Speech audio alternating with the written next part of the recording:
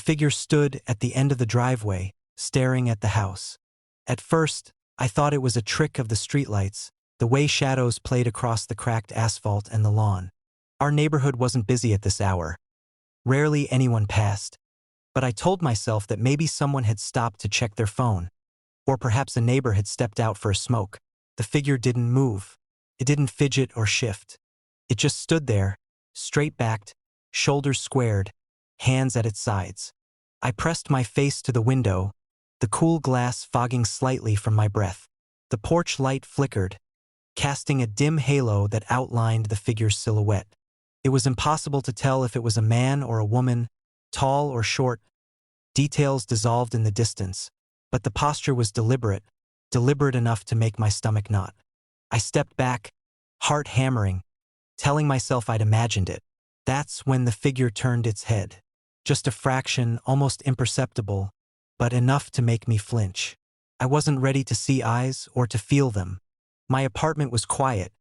The hum of the refrigerator, the only sound I dared acknowledge.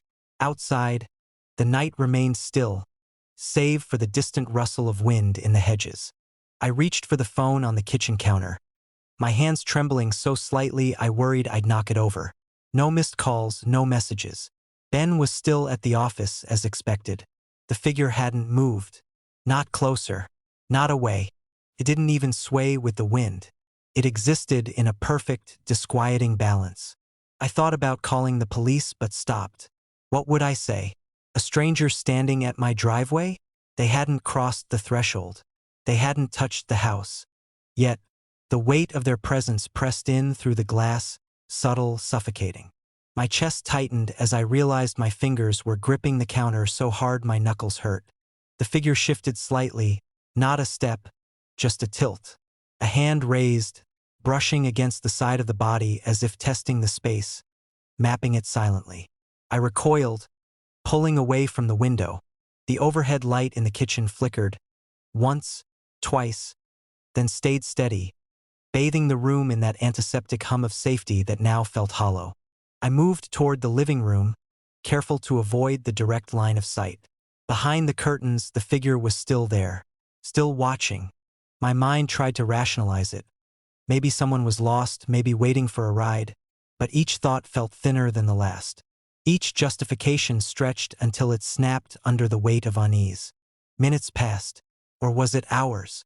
The figure's presence made time elastic, bending perception. I noticed small things I'd never considered before.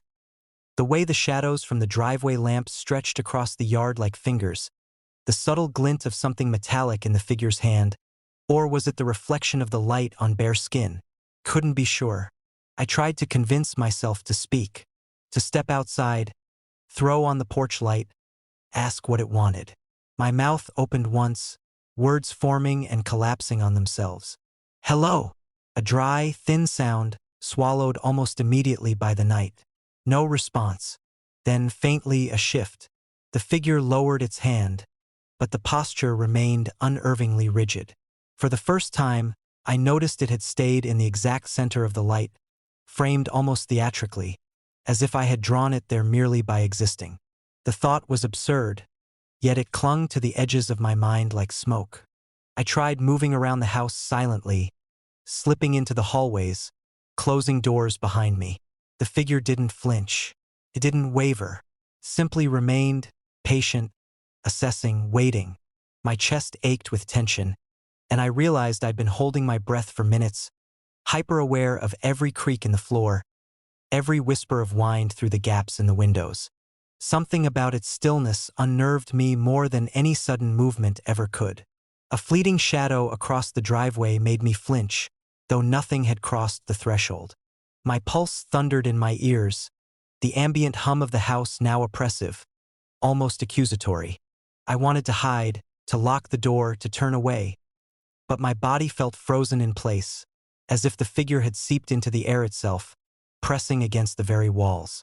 I glanced at the front door, the brass knob catching the weak porch light. Nothing had changed there either. No sign of intrusion, no footprints in the damp earth beneath the lamp. Yet I knew someone had been watching long before I had looked out the window, long enough to learn the rhythm of the house, long enough to wait. I tried the blinds, inching them closed. The figure didn't budge.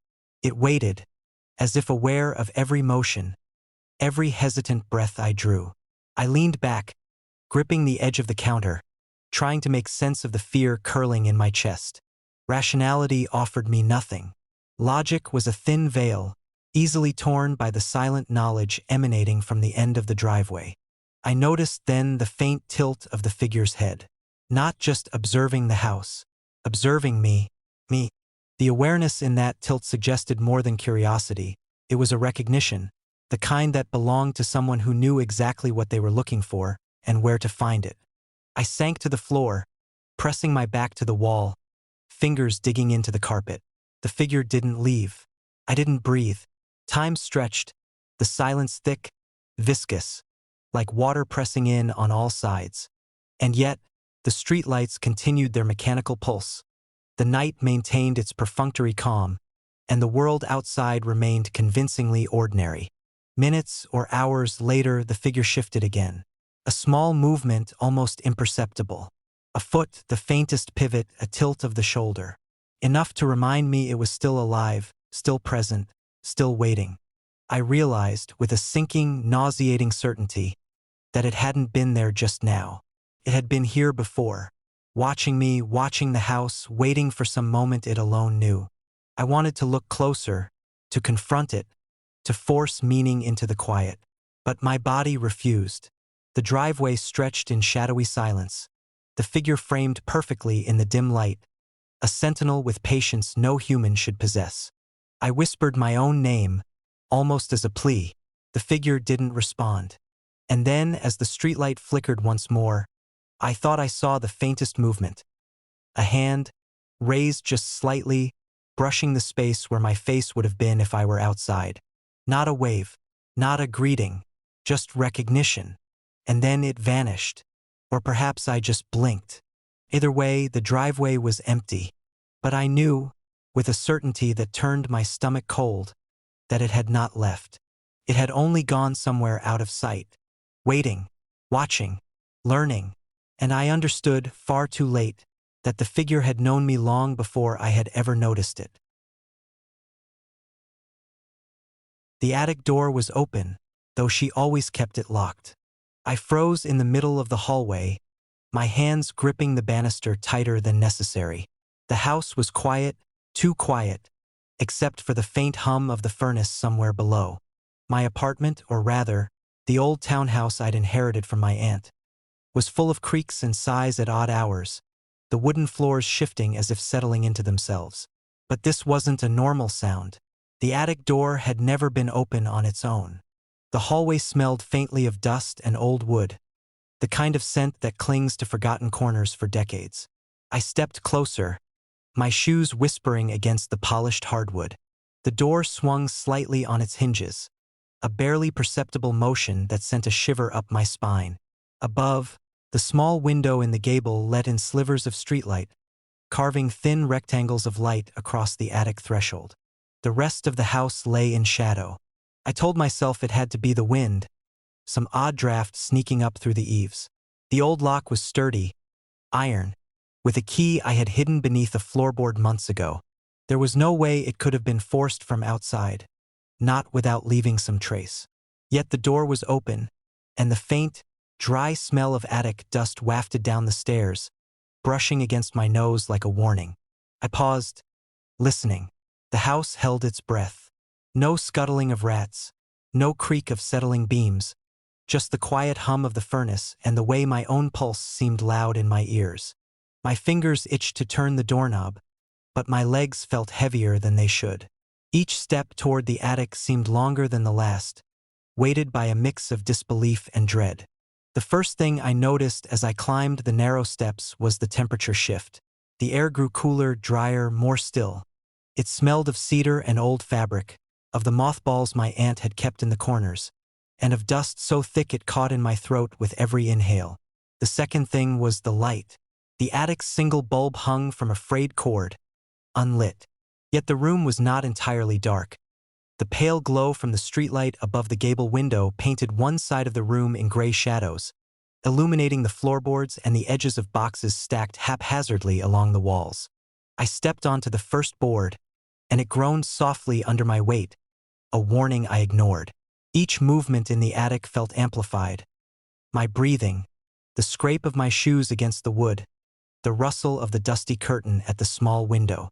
I told myself it was nothing, that I had always been meticulous, always locked the door, always swept the floorboards and stacked boxes neatly.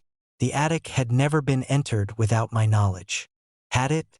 A sudden shift of air brushed my cheek, soft and deliberate. I turned, expecting to see a window rattling or a draft skimming across the boards. Nothing. The shadows seemed unchanged, yet the hair on my arms prickled. I had lived in this house for over a year now. I knew every corner, every nook, and yet, something felt different, small, almost imperceptible, like the silence had depth now. I inched forward, my foot catching on the edge of a wooden crate.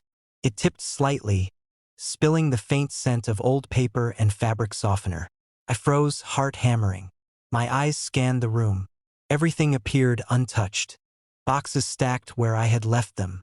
My grandmother's trunk in the corner still locked, the brass clasp gleaming faintly in the muted light.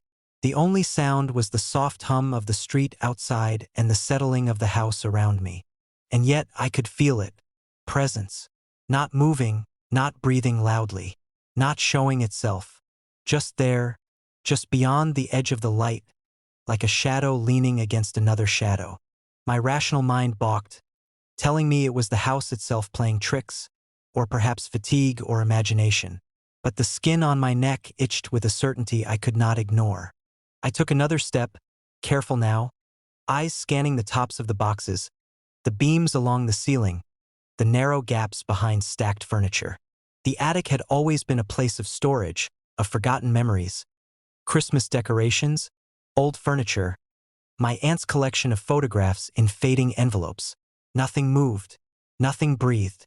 And yet, the air felt heavier, thicker near the far corner of the room where the light from the window did not reach. A dry creak, far too deliberate for a settling floorboard, made me jump. My stomach twisted. I hadn't stepped there.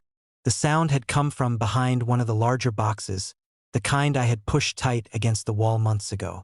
My fingers itched for the flashlight I had left downstairs, but I resisted. Moving quickly would acknowledge the space, admit that fear had claim. I stayed rooted, listening. Then, the unmistakable sound of shifting fabric. Slow, deliberate, not like clothes falling or brushing against a corner. No, this was heavier, measured, as if someone or something was shifting its weight to remain unseen. I forced myself to breathe steadily, to remind myself I was alone. I circled slowly, careful to make my movements quiet, to remain small and deliberate. The shadows seemed to adjust with me. Where I saw one angle, the darkness behind the crates thickened. Where I turned, the light from the window reflected off a surface I hadn't noticed before. Something small, round, almost metallic. I squinted. A tin box, perhaps. I exhaled, shaking my head. Nothing more. The attic had always been a place of control for me. I arranged the boxes. I dusted the surfaces. I locked the door when I left. But now the open door, the subtle rearrangement in shadows, the displaced dust along the floorboards, they suggested that control had been broken, that someone had been here, and not just for a fleeting moment. Someone had lingered, waited, watched. I reached for the light cord, pulling it down. The bulb flickered to life with a weak, humming glow. Dust motes floated lazily in the beam, catching the light like tiny specters. I scanned the room, heart hammering, noting every detail. Boxes in their original stacks, the trunk untouched, the crates aligned just as I had left them. Nothing seemed out of place. Nothing had moved. And yet, a faint impression in the dust along the far wall caught my attention. Not footprints, something subtler. A smudge where hands, or perhaps a head, had pressed against the wood, flattening the particles in an almost deliberate pattern. I stepped closer. The dust felt warmer than the rest of the floor, slightly oily. Someone or something had been here, close, watching, Learning. I swallowed hard. The shadows in the corners seemed to thicken, though I could see nothing. The air pressed against my face, heavier now, stale in a way that suggested recent occupancy. I backed slowly toward the stairs, careful not to disturb anything else, my eyes never leaving the far corner. I told myself it was the wind, that the house was old and played tricks, that it had been nothing but a coincidence, a random disturbance. I stepped over the threshold and closed the attic door carefully, testing the lock twice. I leaned against it for a long time, breathing shallowly, trying to convince myself that I had restored order. The hallway smelled faintly of cedar again, the dust from below settling back into the air. I exhaled. When I finally climbed into bed that night, the memory of the attic door lingered. I tried to rationalize it, to push it out of my mind.